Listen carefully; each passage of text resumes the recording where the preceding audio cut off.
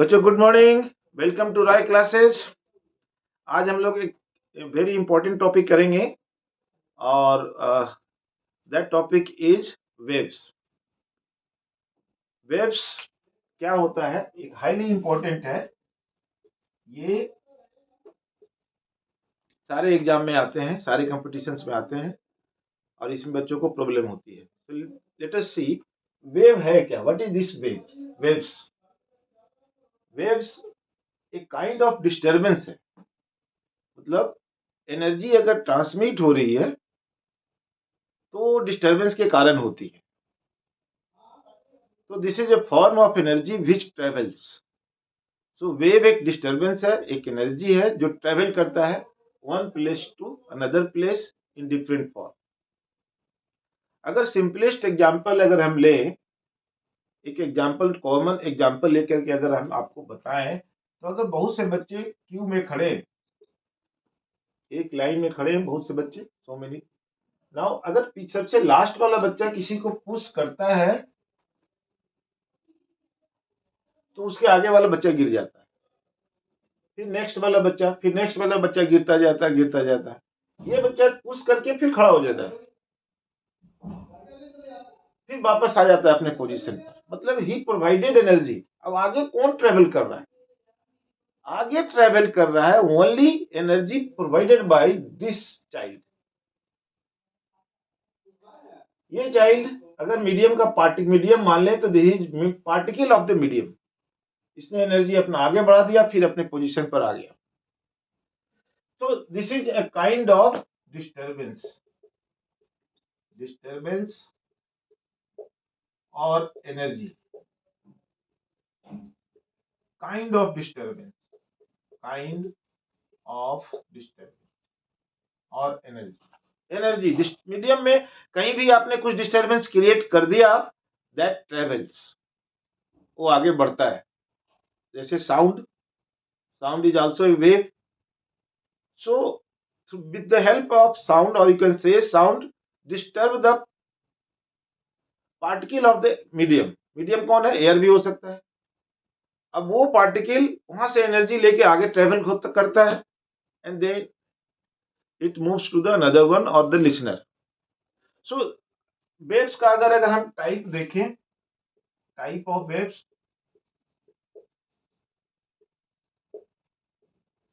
तो type of wave में सबसे पहले अगर हम देखें तो एक आता है longitudinal wave and transverse wave. Longitudinal wave and transverse wave.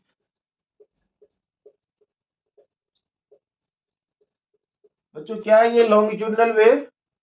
इसमें जो पार्टिकल का जो मीडियम है, sorry, particle of the medium oscillates और travel along the direction of wave propagation. Wave अगर इधर जा रही है, एनर्जी इधर जा रही है, वेव मतलब एनर्जी अगर इधर जा रही है तो पार्टिकल इस तरह से ऑसिलेट करते हैं।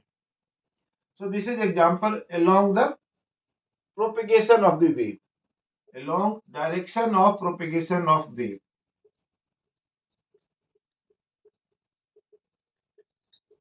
प्रोपेगेशन ऑफ वेव ये है। ट्रांसवर्स वेव में particle of the medium oscillates perpendicular to the wave propagation। perpendicular to wave propagation. Wave propagation के परपेंडिकुलर ट्रेवल करता है, तो उस वेव को हम बोलते हैं sound wave, sorry transverse wave. Longitudinal wave का एग्जांपल क्या होता है आपका? Sound wave. और ट्रांसवर्स वेव का आपका एग्जांपल है लाइट वेव। ये सब चीजें सिंपल होती है, आप जानते हैं। दूसरा जो क्राइटेरिया है,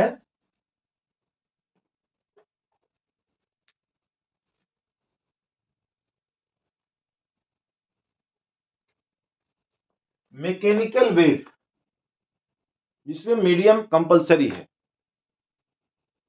और इलेक्ट्रोमैग्नेटिक वेव। मैकेनिकल वेव,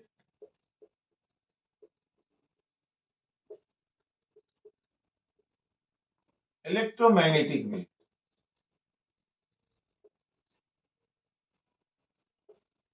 या non mechanical wave. Mechanical wave और non mechanical wave. Mechanical wave का एग्जांपल, मीडियम इज कंपलसरी।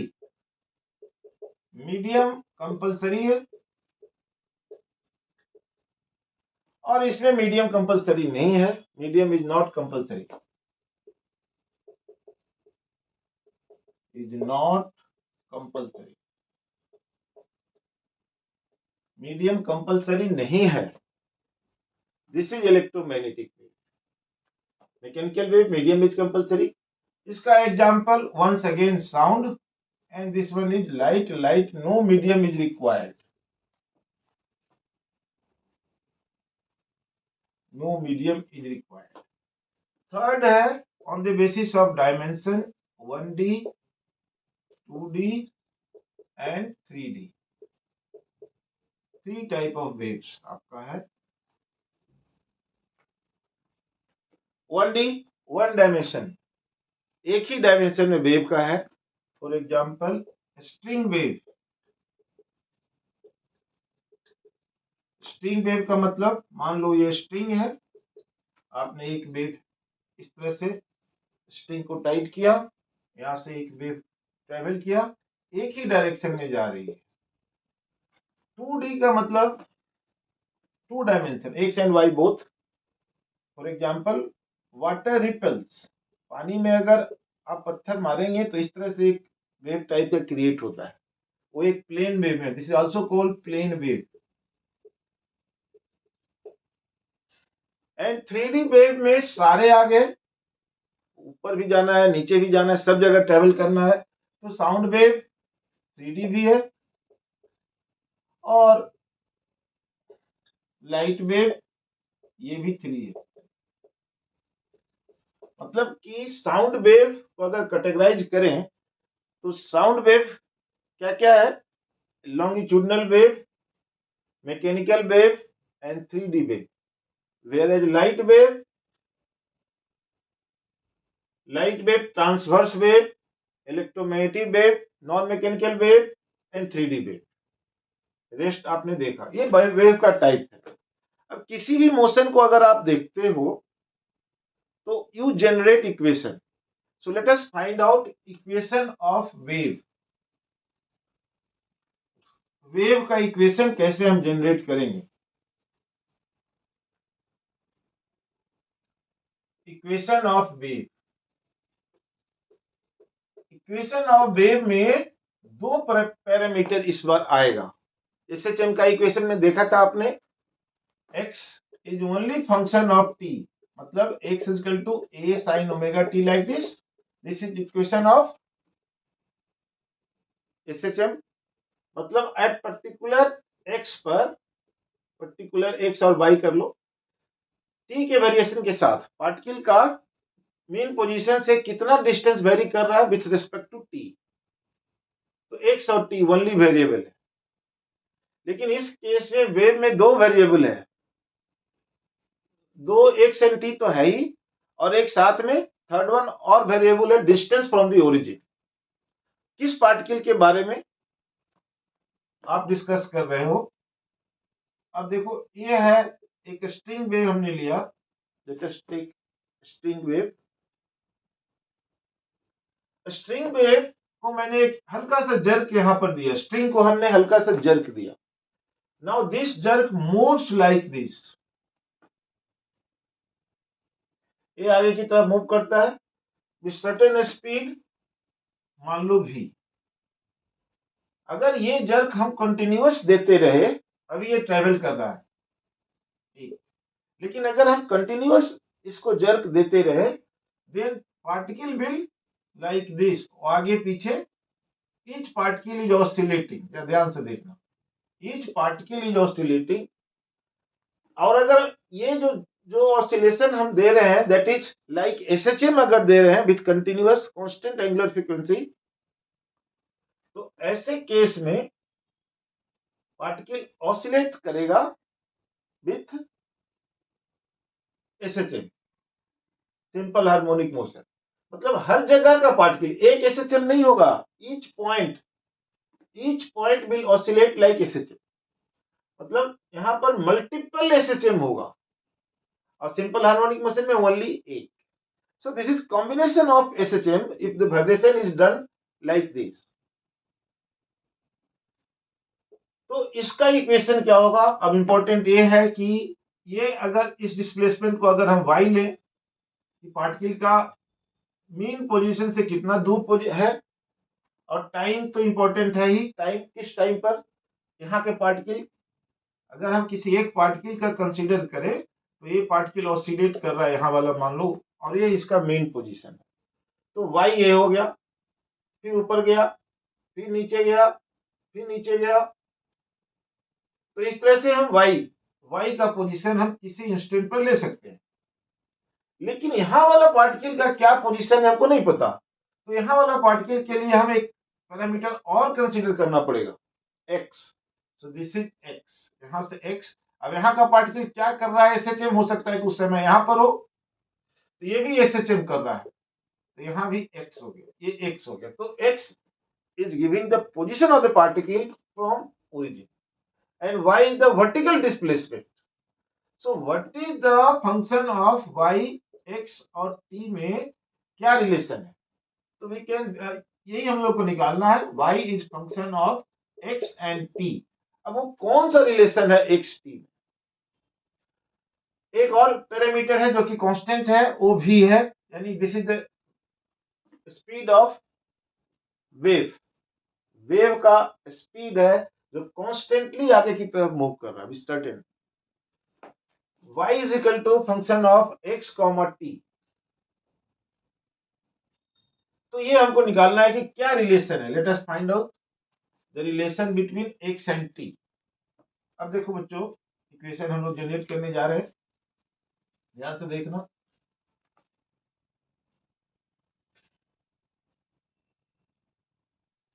मान लो यहाँ पर कोई पार्टिकल है, हमने ले लिया, हमने कोई पार्टिकल लिया, एक पार्टिकल यहाँ से ऐसे एक बम एक क्रिएट हुआ, ये अब आगे बढ़ेगा, ये हमने ओरिजिन ले लिया, ये डिस्टेंस y है, this distance is y and this is x। अब ये जब t सेकेंड के बाद v स्पीड से जब ये यहां पहुंचा तो यही वेव ऐसे हो गया। अगर ध्यान से देखो, यहां ओरिजिन अगर हम लेते हैं सिमिलर आइडेंटिकल पोजीशन पर अगर लो तो ये वाला y सेम रहेगा। t सेकेंड के बाद मान लो ये t सेकेंड के बाद यहां आ गया, t सेकेंड के बाद अगर इसका स्पीड v है तो s इक्वल टू vt, तो ये डिस्टेंस कितना हो जाएगा? v into t, s equal to vt, ये y है। यहां पर क्या है? यहां तो आप लिख सकते हो y is function of x। T second के बाद जब यहां आया तो y तो वही है, इसका कोऑर्डिनेट ये बदल गया, x डैश हो गया मान। अब इसके लिए आप लिख सकते हो टी सेकेंड के बाद function of x dash, wave इधर जा रही है, what is this x dash?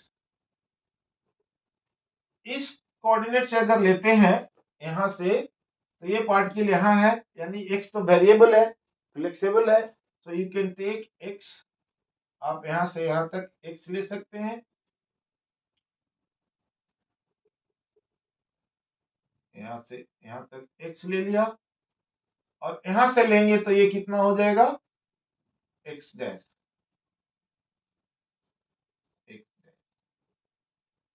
यहां से यहां x डैश, यहां से यहां तक इस पार्टिकल का x, क्योंकि x वेरिएबल है, जहां पोजीशन होगा पार्टिकल का that is taken as x।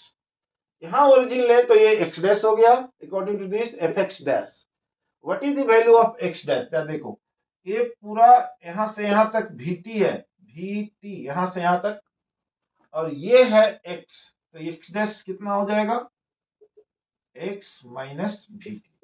x dash ये वाला है, x यहां से यहां तक है, तो x में से vt को माइनस कर दो तो x डैश आ जाएगा।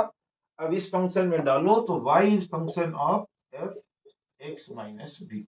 सो this is equation of wave. तो x माइनस vt कब हुआ? When wave is moving in forward direction, इस डायरेक्शन में जा रहा है। अगर वेव रिवर्स डायरेक्शन में जा रहा है, ऐसे रिवर्स डायरेक्शन नेगेटिव x में जा रहा है, पॉजिटिव x में जा रहा है, तो ये वाला, तो v क्या हो जाएगा in that case? Negative direction में अगर जाएगा तो y is equal to f x plus v t, ऐसा हो जाएगा।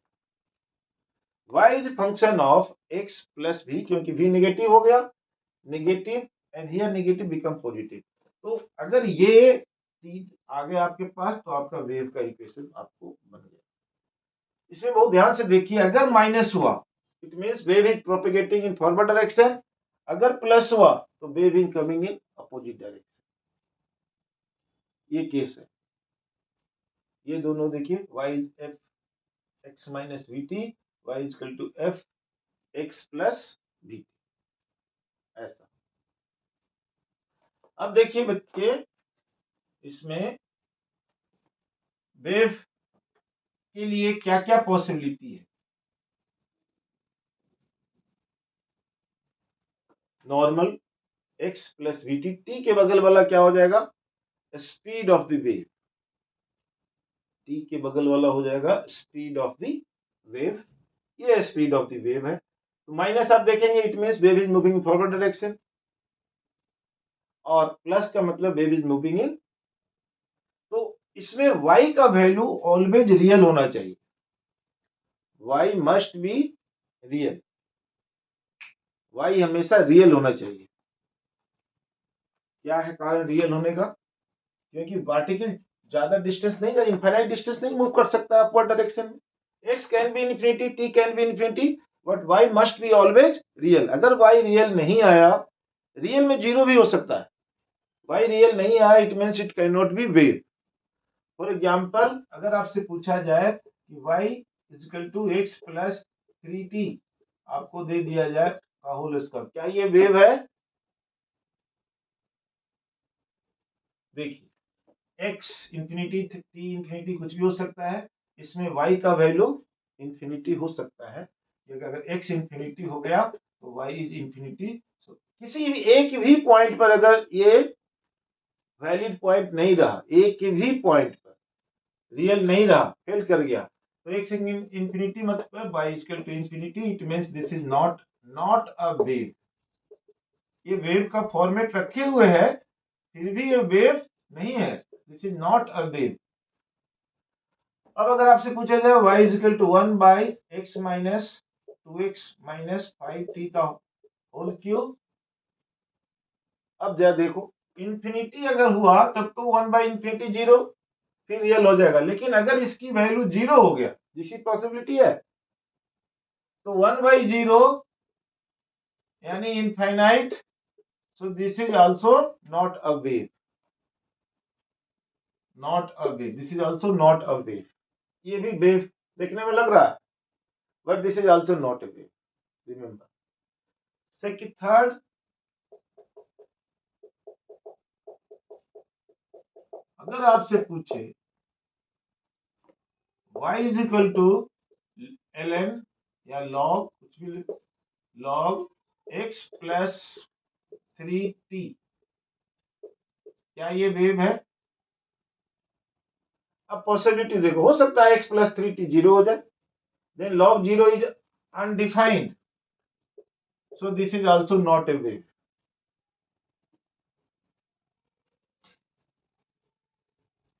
अब अगर पूछा जाए आपसे कि क्या y is equal to e to the power x plus 3t ये वेव है? ये इंफिनिटी हो सकता है, x plus 3t, so e to the power infinity, so this gives infinity, so this is also not a wave। तो फिर wave है क्या? इतने टाइप का हो गया, आपको वेव नहीं मिल रहा है, तो वेव क्या है? Let us see. First of all देखो, मान लो आपको हम दे दे इस तरह का इक्वेशन, यहां देखो y is equal to 0.5 2x plus 3t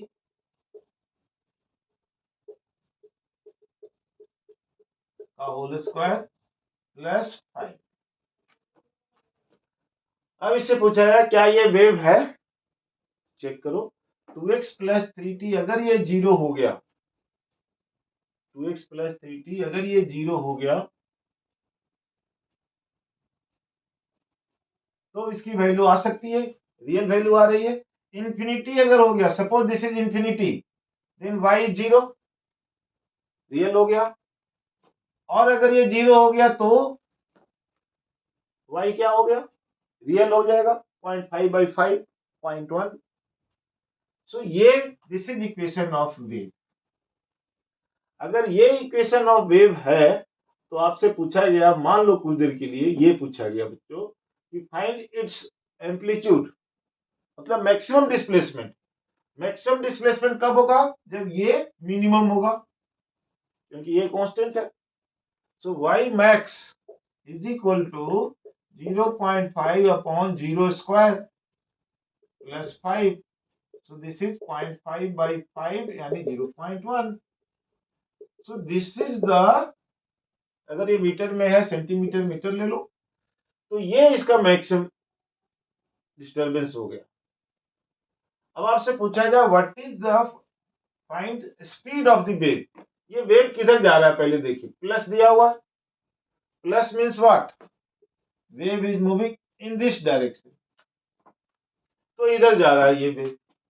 तो 2x प्लस 3t का होल स्क्वायर है, wave is moving in this direction, 2x plus 3t का होल स्क्वायर। प्लस से पता चला वेव स्पीड क्या है, व्हाट इज वेव स्पीड। तो ये फंक्शन है x प्लस vt का, याद रखो यहाँ x रहना चाहिए, लेकिन आपके पास कितना है, 2 है, तो टेक आउट कॉमन। तो पहले इस फॉर्मेट में आप लाओ, 0.5 अपॉन 2 यानी 4 हो जाएगा, और ये हो जाएगा x प्लस 3/2t का होल स्क्वायर।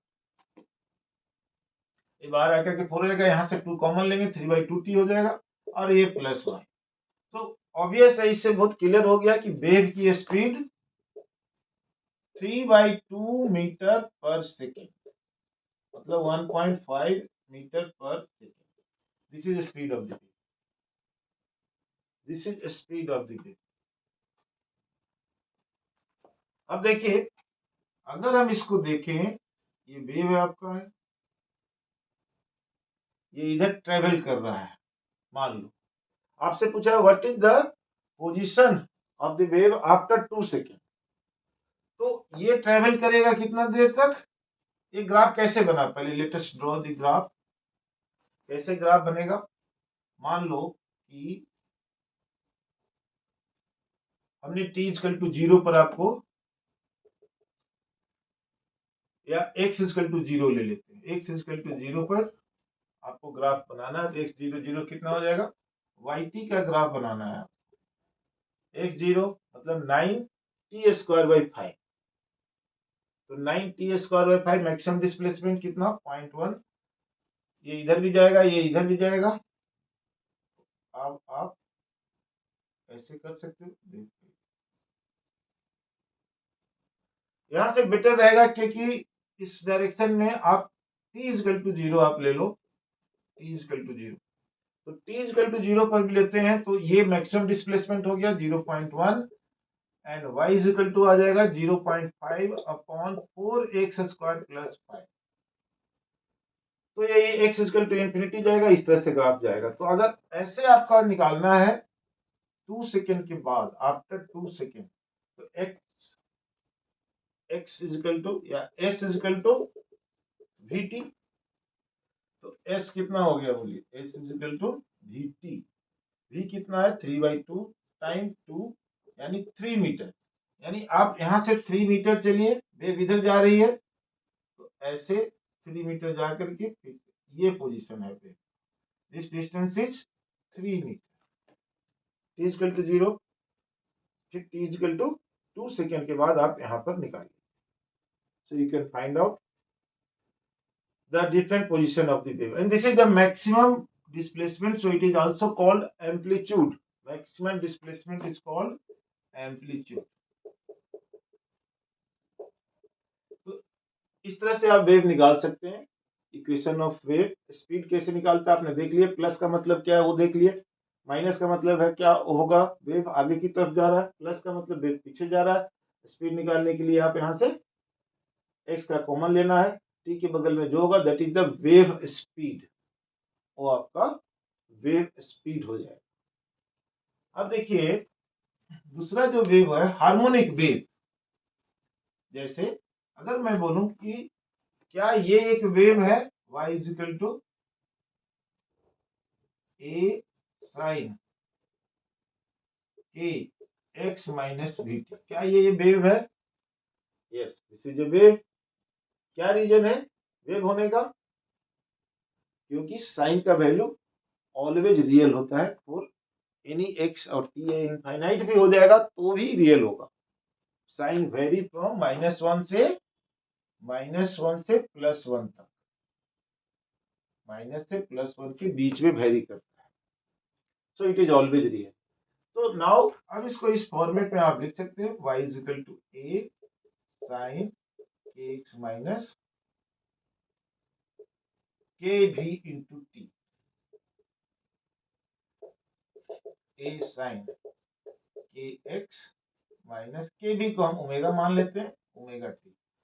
आप बाद में ऑब्जर्व करेंगे कि kx k का वैल्यू होता है 2 पाई बाई लैम्डा, ये लैम्डा से रिलेटेड है, और ओमेगा का वैल्यू होता है 2 पाई बाई टी टाइम से. सो दिस इज हार्मोनिक वेव. ये हार्मोनिक वेव कैटेगरी में आए.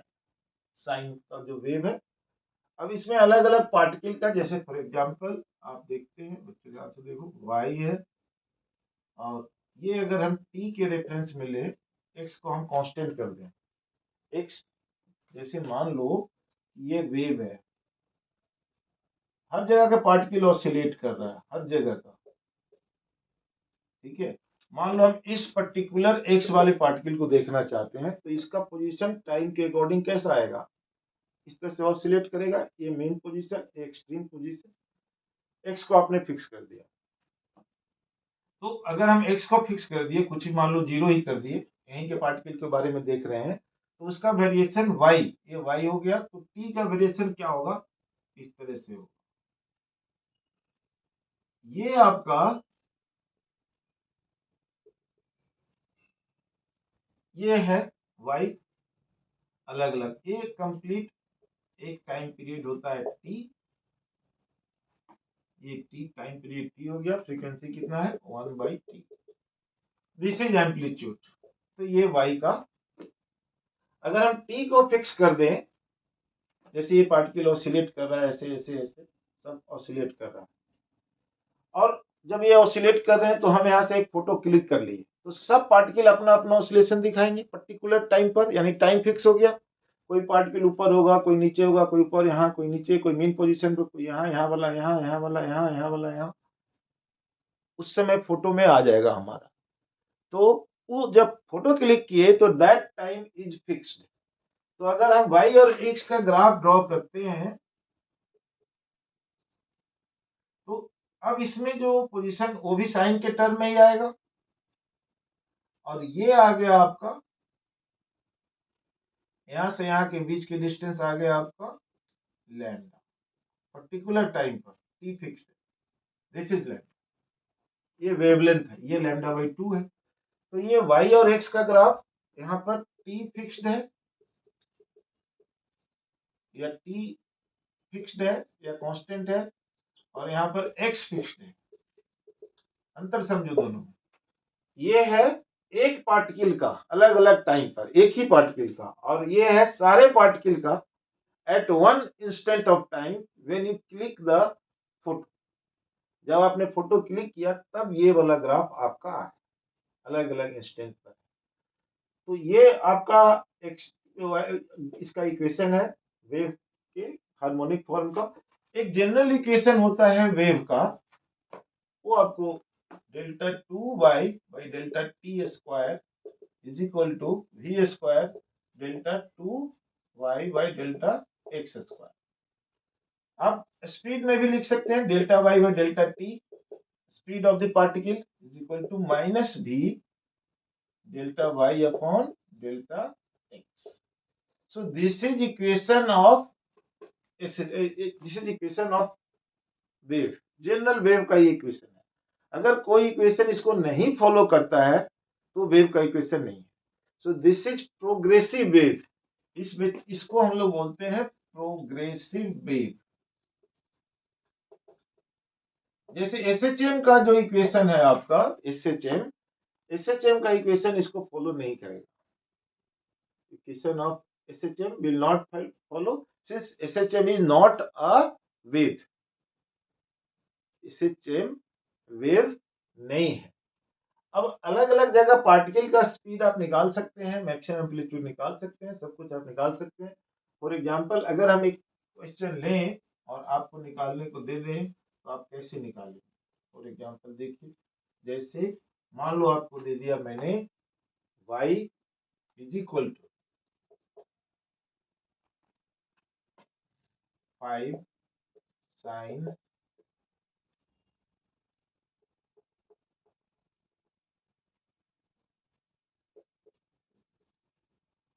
पाई बाई 2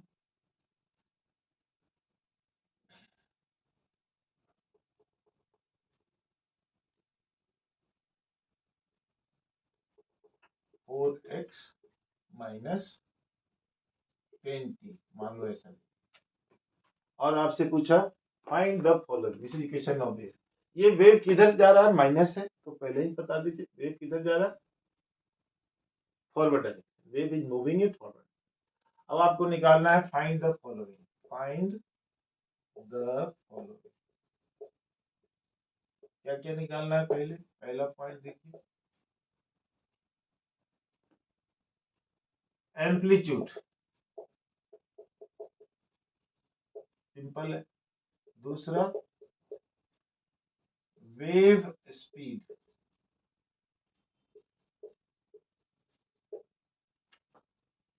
तीसरा maximum particle speed, maximum particle speed,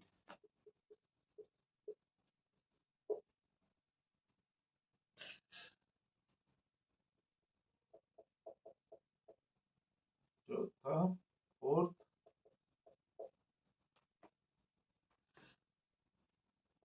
particle velocity, velocity of particle at t is equal to 0 and x is equal to 0.5 meter. This you can take in meter, ऐसे लिखा रहेगा बगल में आप। 5 maximum acceleration of particle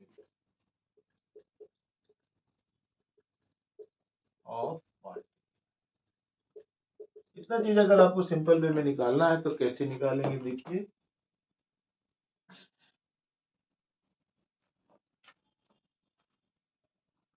first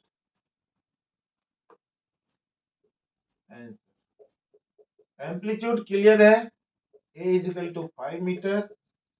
second देखिए wave speed, v is equal to how much, omega by K. Omega इसको multiply कीजिए, omega is equal to 5 pi and K is equal to 4 pi by 2 यानी 2 pi. So v is equal to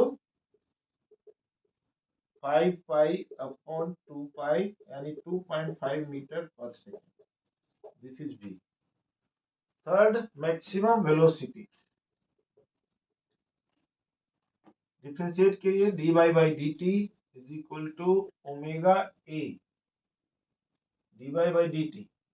T के बगल वाला कितना है? 5 पाई है, 2 into 10 करेंगे कट जाएगा, तो ये -10 है, इधर आ जाएगा, तो -5 इंटू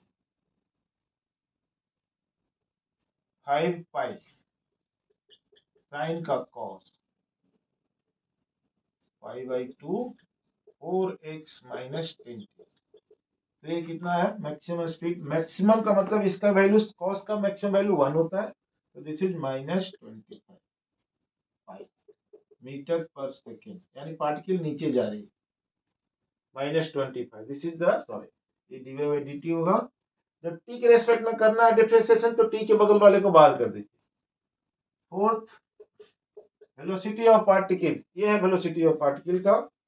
इसमें टी 0 बोलता है, 0 डाल दीजिए, एंड एक्स बोलता है 0.5, यानी ये 2 हो जाएगा, 2 2 कट जाएगा।